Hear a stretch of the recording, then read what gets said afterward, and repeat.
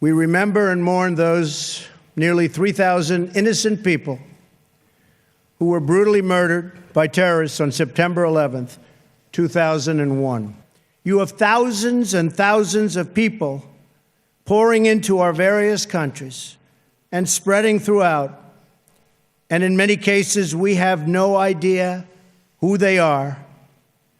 We must be tough, we must be strong, and we must be vigilant. The NATO of the future must include a great focus on terrorism and immigration, as well as threats from Russia and on NATO's eastern and southern borders. These grave security concerns are the same reason that I have been very, very direct with Secretary Stoltenberg and members of the alliance in saying that NATO members must finally contribute their fair share and meet their financial obligations. But 23 of the 28 member nations are still not paying what they should be paying and what they are supposed to be paying for their defense. This is not fair to the people and taxpayers of the United States.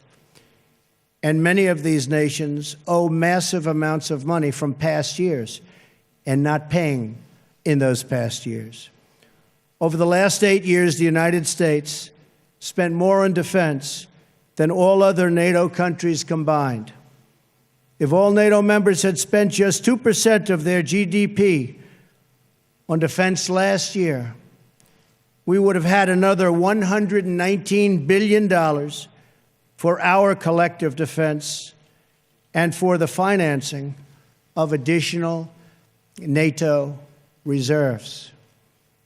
We should recognize that with these chronic underpayments and growing threats, even 2% of GDP is insufficient to close the gaps in modernizing, readiness, and the size of forces. We have to make up for the many years lost. 2% is the bare minimum for confronting today's very real and very vicious threats. If NATO countries made their full and complete contributions, then NATO would be even stronger than it is today, especially from the threat of terrorism. I want to extend my appreciation to the 9/11 Memorial and Museum in New York for contributing this remnant of the North Tower, as well as to Chancellor Merkel and the German people for donating this portion of the Berlin Wall. It is truly fitting that these two artifacts now reside here so close together at the new NATO headquarters.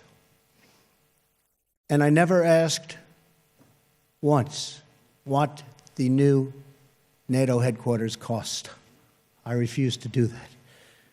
But it is beautiful.